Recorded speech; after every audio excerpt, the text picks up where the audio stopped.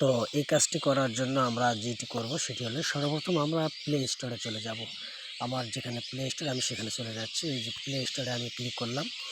Play স্টোরে click করার পরে আপনারা যে কাজটি করবেন আপনার এরকম আসবে। তো আপনারা একদম জিমেল যে আছে যে উপরে ডান পাশের কোণায় এখানে ক্লিক দিবেন।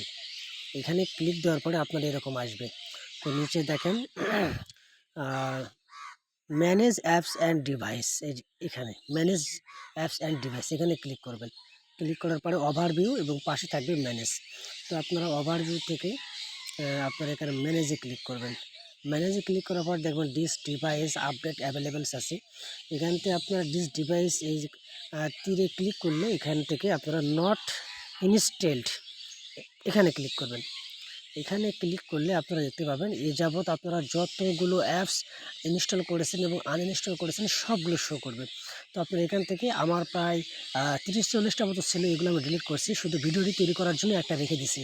তো আপনারা এখান থেকে সবগুলো আপনার যেগুলো শো করবে সবগুলো এরকম সিলেক্ট করবেন। সিলেক্ট করার পরে এগুলো সব আপনারা রিমুভ করে দিবেন। রিমুভ করার পরে আপনারা দেখবেন যে আপনার ফোনটা অনেকটা হালকা পাতলা হয়ে গেছে।